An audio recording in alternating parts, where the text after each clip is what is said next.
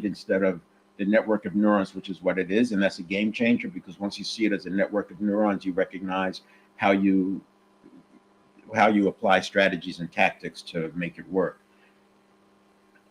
Now that 7-step reset happens in less than a second, because that's what change is about. But I have it broken down into 7 steps, because we go every day, we have 33,000 on average decisions that we make per day. Now, if you consider that 95% of everything we do is done by habit, then that'll tell you that, okay, so maybe 31,500 of those are actually just habitual patterns. We're not actually making conscious decisions. Then it starts to make sense.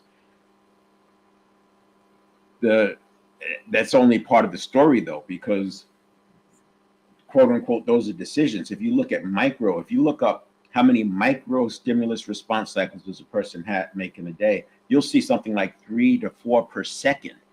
So we're easily hitting over 100,000 stimulus response cycles a day. So our lives are actually created a quarter of a second at a time, because that's about what the habit reaction takes. And I'll show you that in the 7-step process.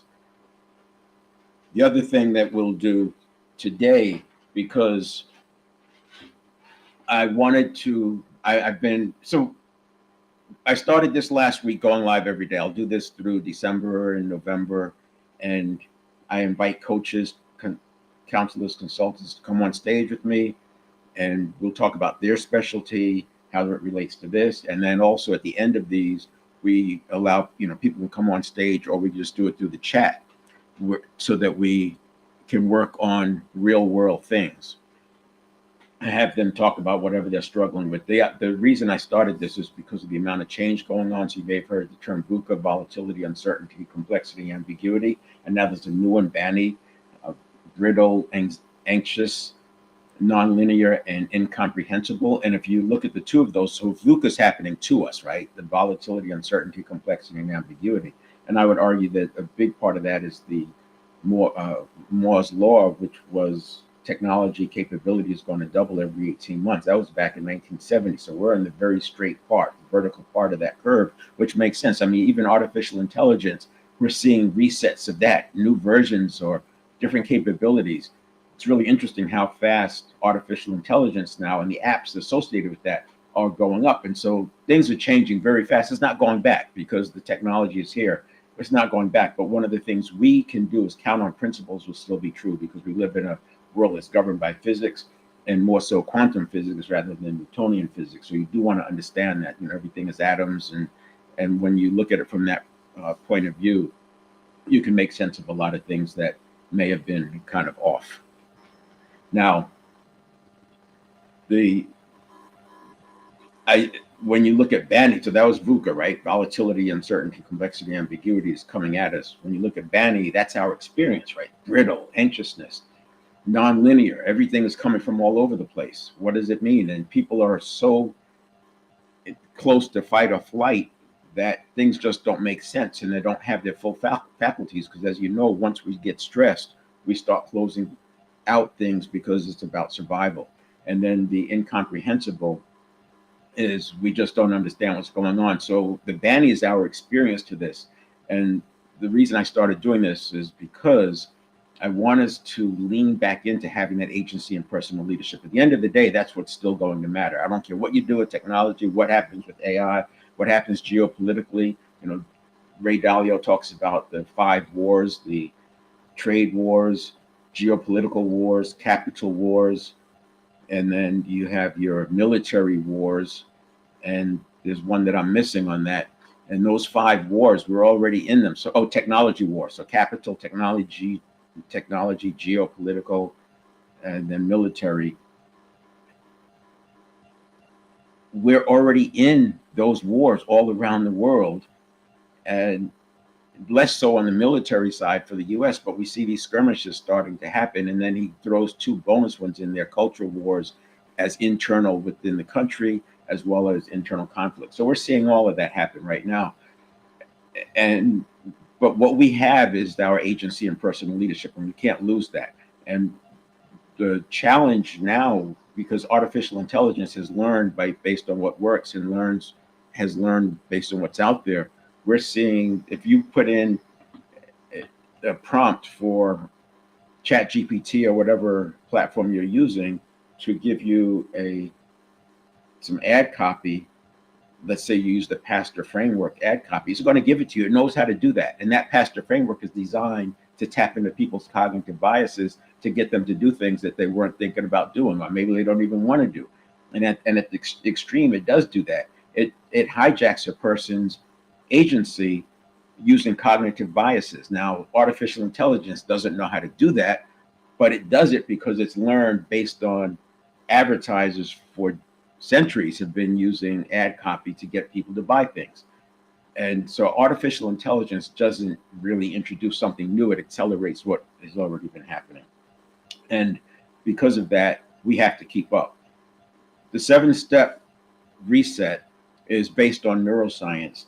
And if you look at most neuroscience, it goes back to, you can make sense of it from a hunter-gatherer time, because for thousands of years as hunter-gatherers, we lived in this tribal environment. We lived with tigers. And so that's why your fight or flight is at the tiger level. I mean, you read an email, why would we be in fight or flight? That's not existential, right? Having an email there.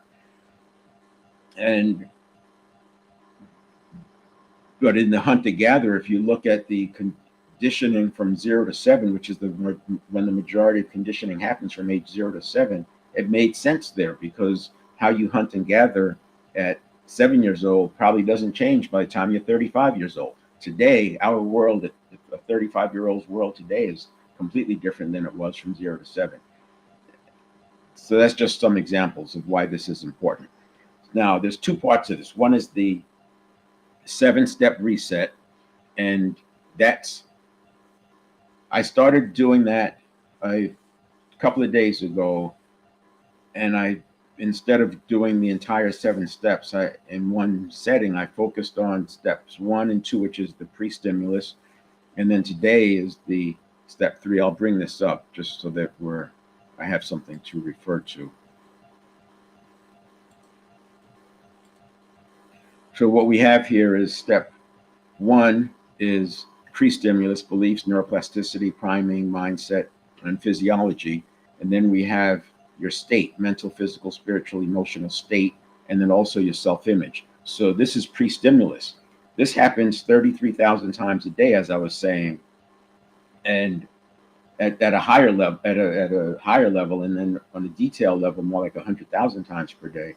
But this is happening over and over. So it's pre-stimulus, conditioned reaction, and then response, and then we're here again, and here again, and here again, and here again, 33,000 times a day. So our cycles are priming us for the next one. And if it gets away from you, you've seen people get triggered, and they can't catch up with it. They're off and running. So I talked about these the past 2 days, and you can go back and look at those. You can also go to, and I'll put that in the chat, you can go to 7stepreset.com/live. And you'll find information there. You'll see a video that's right in the middle. So if you're new, start here. That's a good overview of the 7 steps. And I'll update that from time to time with other videos. And also it shows you where you can find this. So we're on several Facebook pages, and also you can use that page to come online. But I'll put that, and that link changes every day because that's the way the streaming software works. But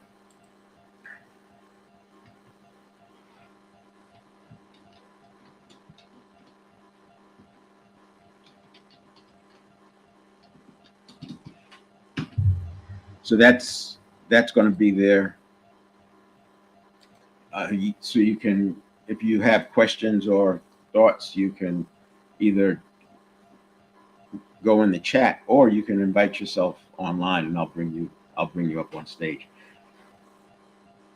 So now we're going to talk about this, and this is that quarter of a second that happens 100,000 times a day that is basically changes our life. And if we don't get a handle on this, we're just creating more yesterdays for tomorrow. We're making tomorrow just like yesterday, over and over and over and over, because we're priming ourselves back into this thing. So we have some rituals, tactics, and strategies. People have been talking about habit change since I can remember. Way back, I read Psycho-Cybernetics probably when I was around 18 or 19 years old. And back then, habit change, I became very interested in this topic, and habit change has always been a hot topic.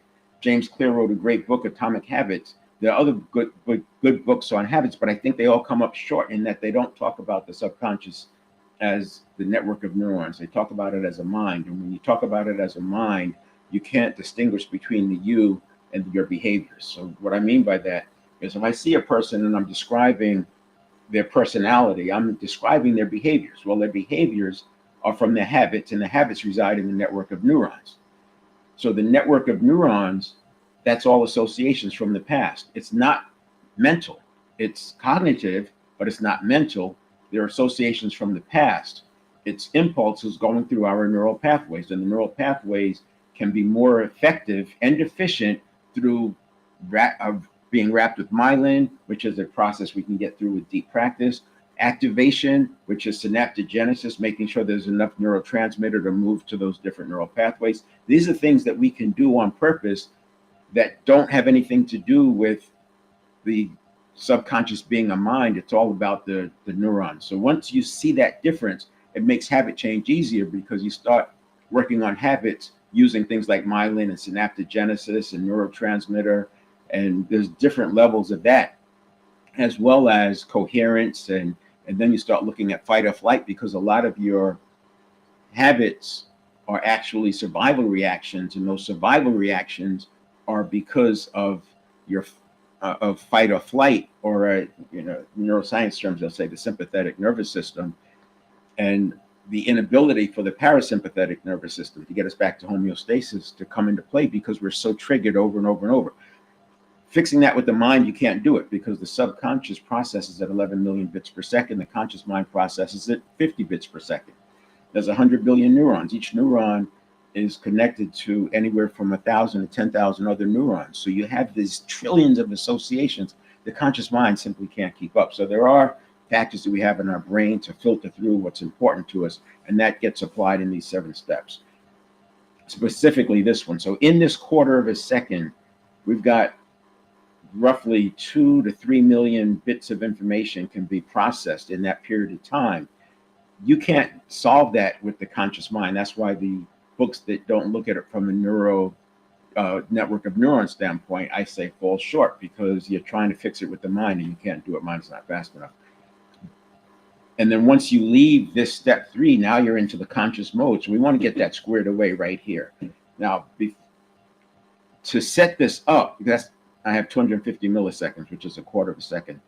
We have to condition the change that we want in here. We can't do it with the mind. We have to do it at the quarter second level. So the conscious mind comes on after another quarter of a second.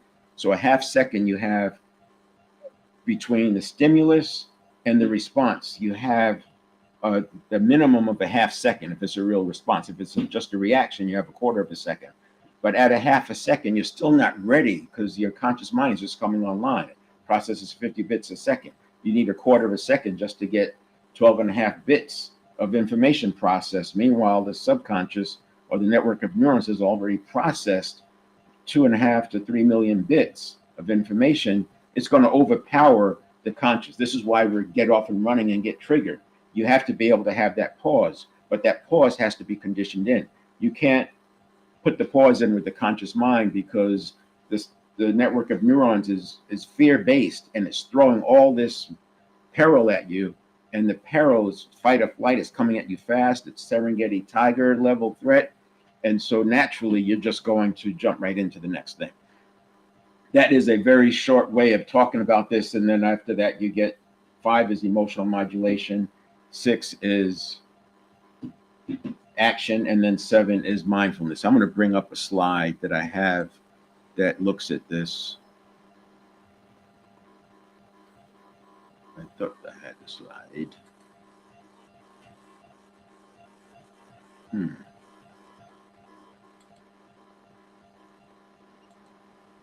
Oh yeah, here we go.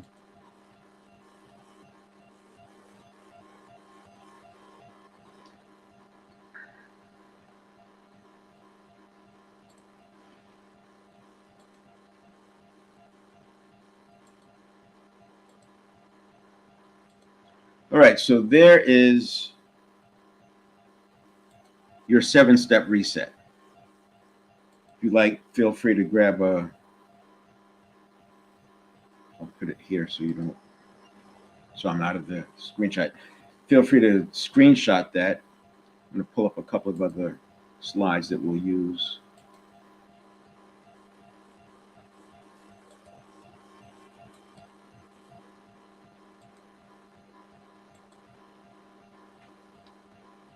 Okay.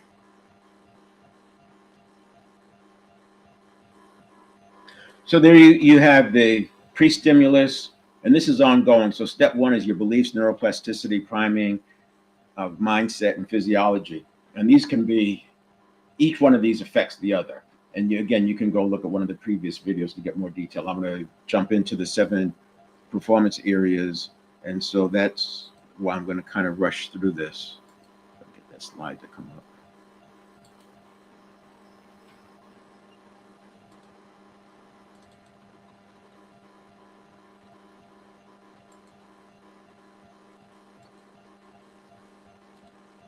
Oh, there we go.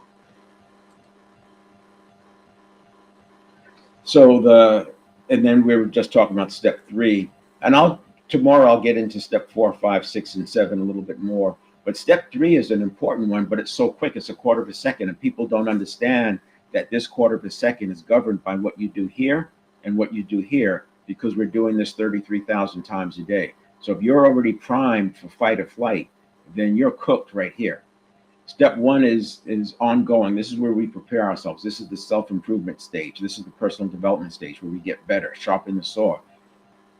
Step 2 is a check-in to how are we doing with our mental state, our physical state, our spiritual state. How's our self-image? What's our self-talk look like? And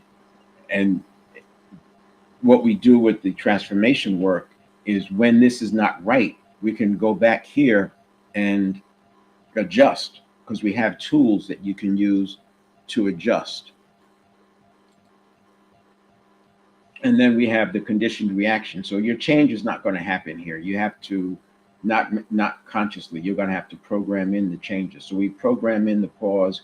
We program in where the subconscious or the network of neurons is not fear-based. It's not looking for the threats and the perils, but rather it's looking for, it's seeing things as neutral or positive. Now, it's still, we don't remove, hold on a second. We don't remove the ability to notice threats, of course. It's just that the majority of the time, what we're facing is not like a Serengeti tiger. So we don't need the subconscious to be on alert for Serengeti tigers or people coming that we're meeting on the trail and who might be a threat. We're not looking for that. We don't need that. And there's multiple ways for us to get information about threats. There's news, there's emails, there's friends, there's just different ways of getting it. You have your phone. You don't need to be on alert for the next tiger that shows up, because you'll find out that there's a tiger loose on your phone way before you'll ever see it. And that's why we can condition in this change response. So now what happens is you have less noise getting through to the conscious mind for the response. You have less need for the emotional modulation. This is a 90-second process where we allow the energy to stay in motion and move through rather than get settled into our nervous system.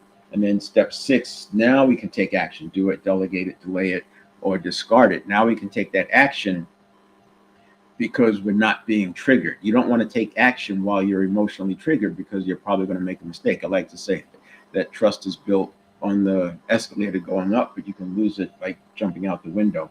And then step 7 is getting back to mindfulness, getting yourself reset, and it comes back right here. So you can imagine you have multiple of these layered on top of each other as you're going. So when people think they're multitasking, they're really not multitasking. They're flipping back and forth. And you can have multiple of these going on at one time, but obviously you're better off if you can isolate. Now, the reason I've been saying I want to spend some time, I want to take a slight pause and come back to this. And to do that, I want to create some context as to why. And the context is the 7 performance areas. So the 7-step reset came about after the 7 performance areas. So the 7 performance areas are mental, physical, spiritual, emotional, and these are the 4 that we control. This is where we have our agency and our personal, our personal leadership. And then we have relationship, professional, financial. So you notice on the bottom very faintly it says be, do, have, because we want to become. This is the identity setting. This is where we get our identity. The gurus will tell you that before you go after a quest, you want to get your identity right. Well, that's true.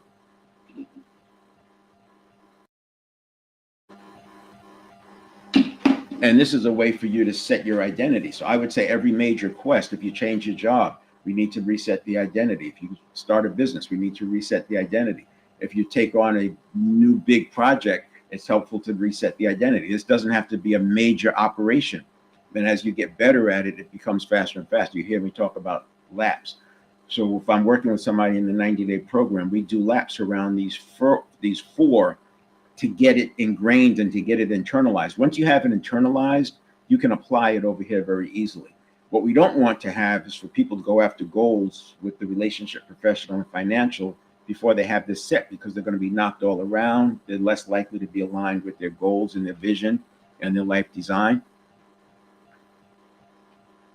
And that's why we spend the time here.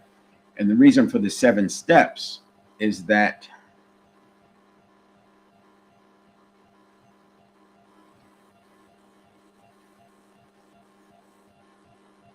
the reason for the 7 steps is that in working through those 4, you'll have people who are strong with the mental or maybe strong with the emotional, but they're a little weaker on the physical, and they need help with the habits. And that's why we do the 7 steps. So the 7 performance areas is the big picture. The 7 step is how we achieve it.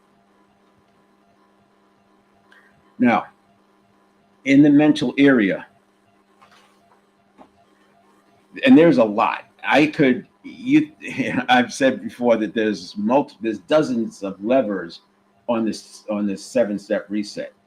I don't obviously pull out all the levers, and I don't talk about all the levers because it would be boring and, quite frankly, just doesn't make sense without the context.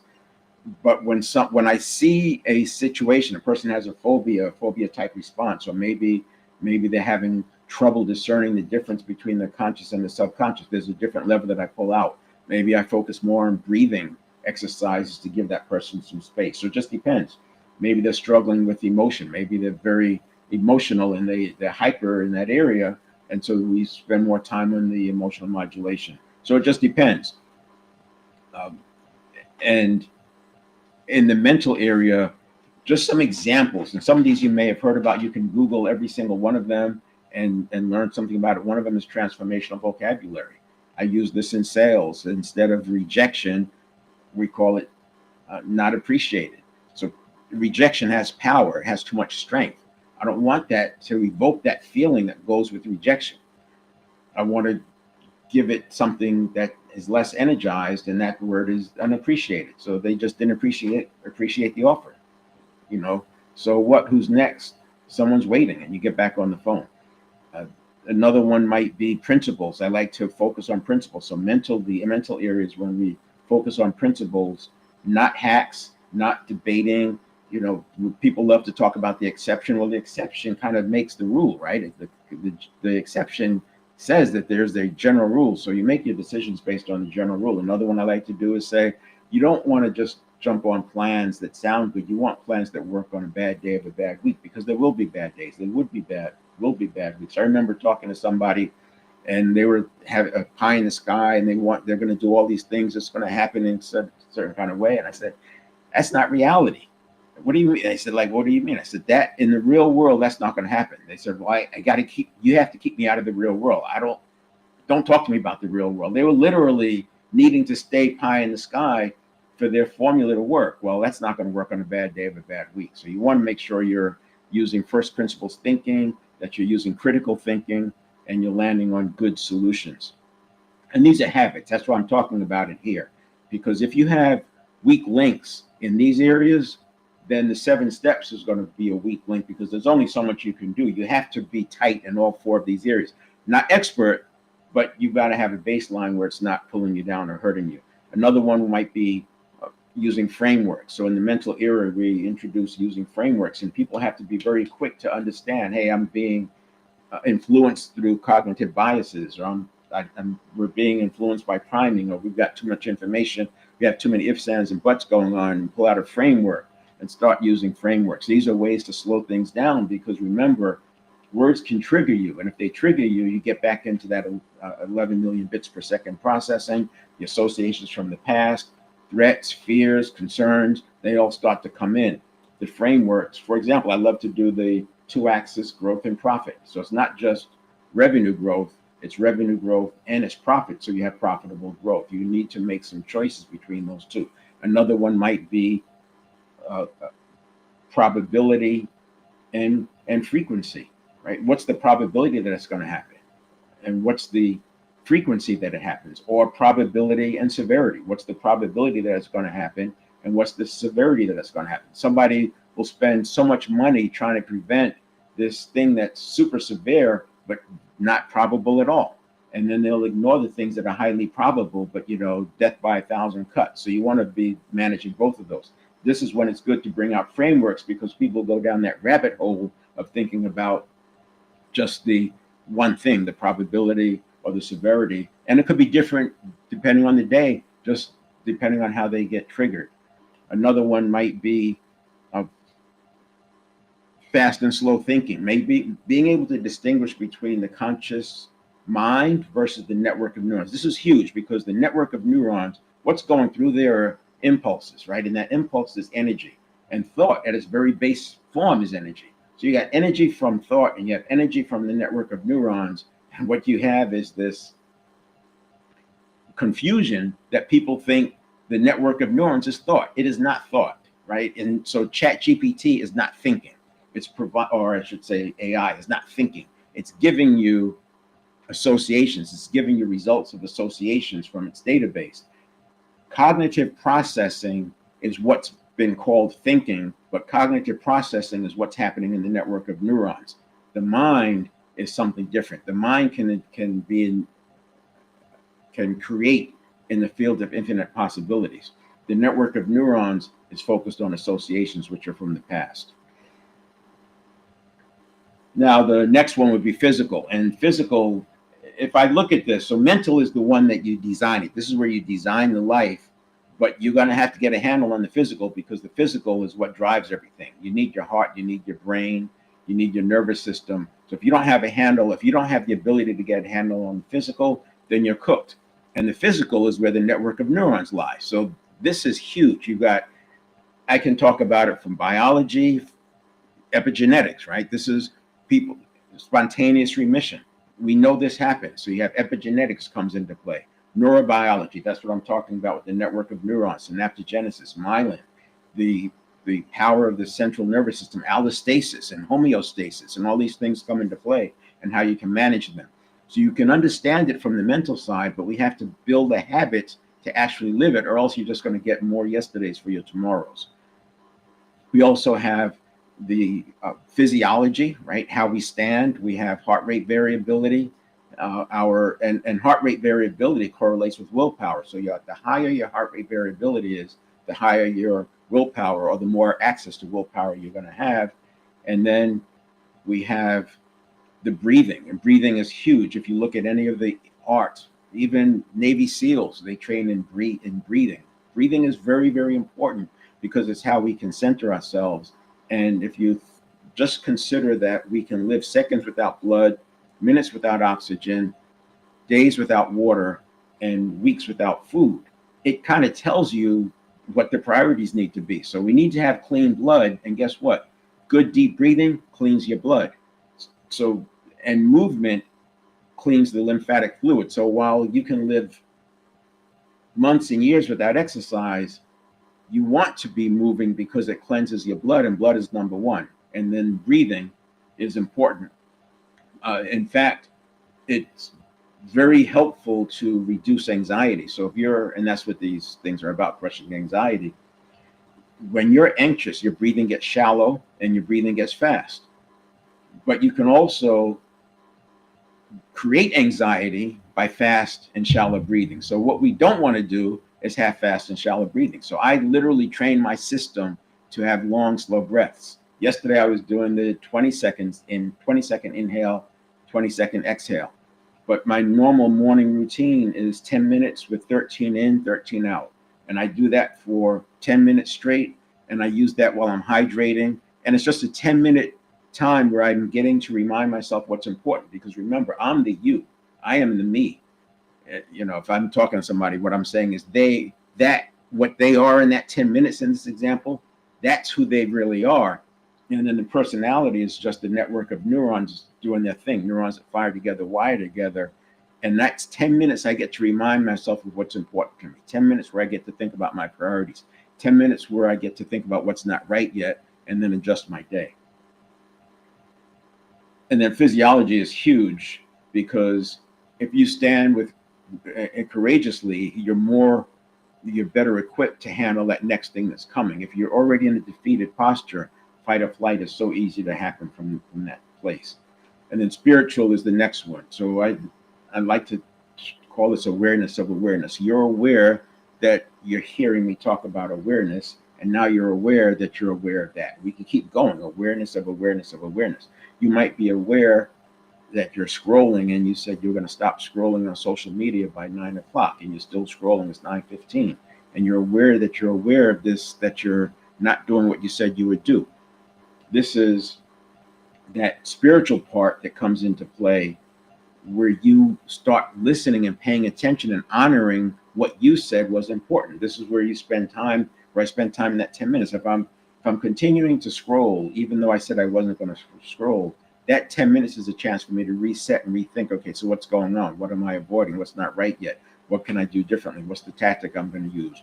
What's missing that's causing me to scroll? That's where I get to do that in that 10 minutes. But it's being aware that I have to take action. I'm not just going to let it keep riding and riding and riding. That's, again, how we get more of our yesterdays for our tomorrows, which is not what we want. The other thing I would say comes into play here is coherence. So if you have coherence, I'll go to the pad for this one, because that's it's a useful picture.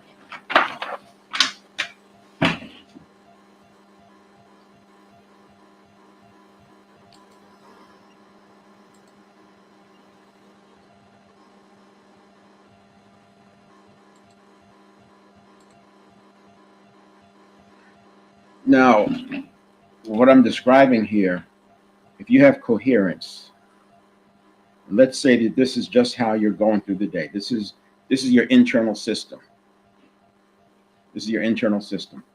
And you have your coherence there, and then you have the outside limits. When you have a lot of coherence, like this is depicting, right? We have our nice coherence, everything is flowing through. When we have that, we have a small amount of chaos and a small amount of rigidity.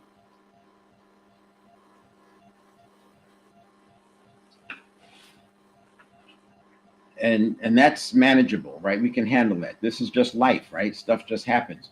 But if you're too rigid, you have a fixed mindset. And if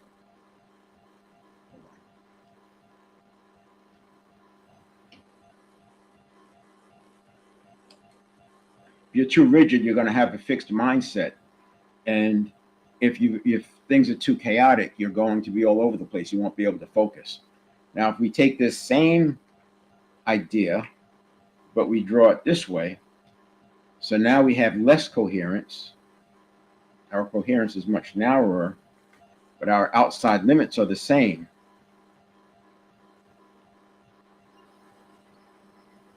And now we have only a small amount of coherence. But what you have out here is a lot more chaos and a lot more rigidity. And you can see this in organizations. You can see this in the workplace. You can see it with your friends. I mean, things get stressed out. People get rigid. You can see somebody go from a growth mindset to a fixed mindset in an instant just because of something that happened to them. And sometimes you just need to back away. One of the things I talked about in the 7-step reset is this step 2 when we're in this step 2 as a leader, you have to recognize what state that person is in. Too often, I see leaders do this all the time. That they can see, it's obvious that the person is getting towards that rigidity, or word towards that chaos, or they're getting towards fight or flight, and the leader will still plow through and push their agenda, and the person's already put the wall up. Salespeople have learned to do this because they don't get paid if they keep doing that. They've learned to back off and let the person get some psychological air. You've got to let them talk about it. And leaders need to do more of that, because unfamiliarity creates stress. And if you're introducing something new, people are going to be stressed out. You may want to spread that new thing you're introducing over several days. And then we have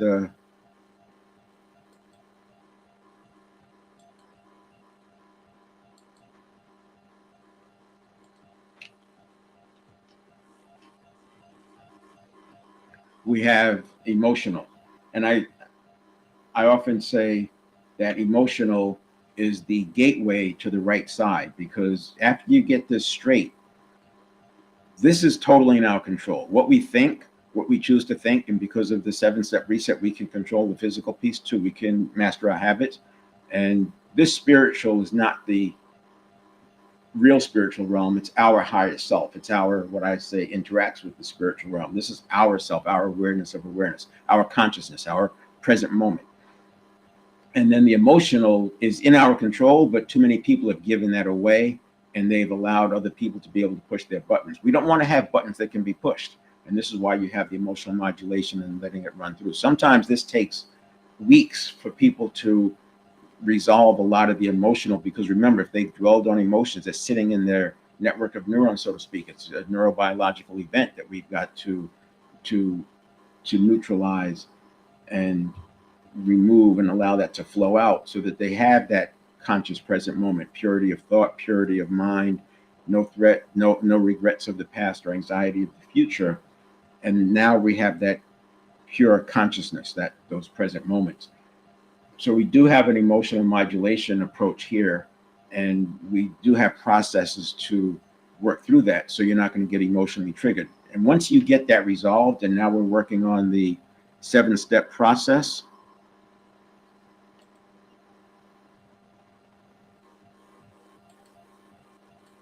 And you're working on the 7-step process. Once we have that resolved, you do that emotional modulation over here. You're not triggering yourself for these 33,000 decisions that we're making per day.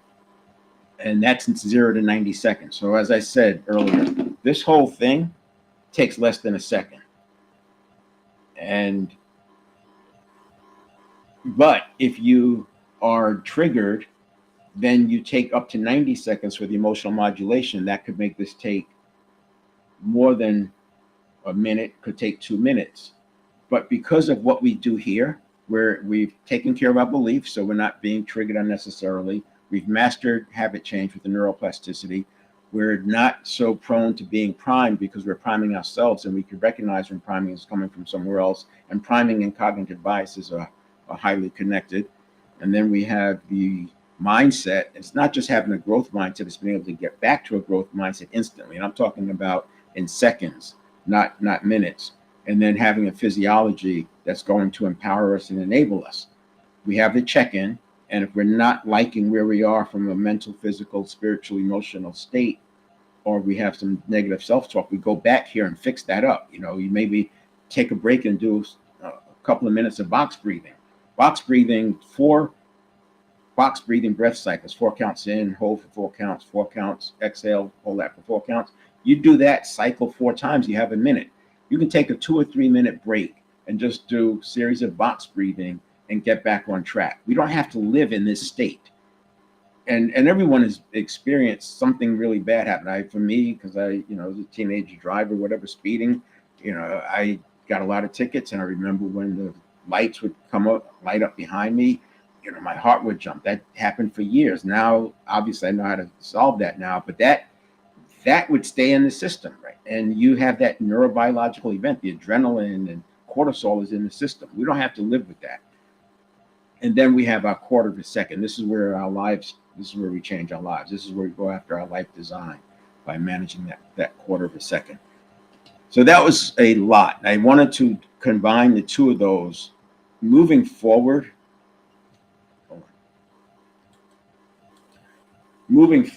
most of the conversations were about the 7-step, because the 7-step is what we can do right away. And the reason I started doing these was to help people get a handle on the anxiety. They lost a job, they're laid off, they're worried about getting laid off. I want to be able to solve that, because people want to be at their best when it comes time to looking for a new job. We don't want them coming from underneath. We want them on top, right? And then getting that job, because a person in protective mode and fear mode is not going to be at their best. We want people at their best. That's why I started doing these live events. So more of the conversations will be about these 7 steps, but I can't really talk about this without having the context of the 7 performance areas, because that's the target. We're going after the mental, physical, spiritual, emotional, relationship, professional, and financial, and having those at a high level so that those all become enablers, empowerment catalysts.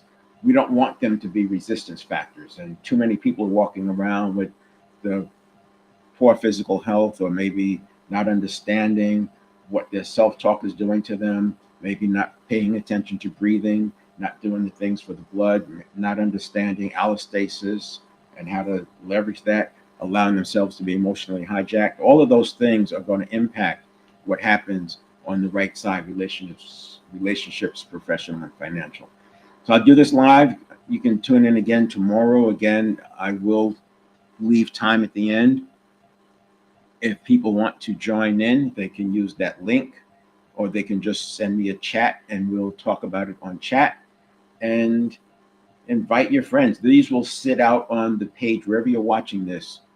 And you may have to scroll down to see the yesterday, the day before, because I also post other content. But you can forward that to anybody you see going through anything. If they're changing jobs, just send this to them. This is all about helping people get through this, especially in the US, because we got some internal and some political stuff, geopolitical stuff. And as I mentioned, the 5 wars: geopolitical, trade wars, capital wars, technology wars, and military wars. All of that's happening all at the same time, and it doesn't make it easy. So then you got the VUCA and the BANI, and this is our way. No matter what happens, you can always come back to this. All right, we'll see you next time.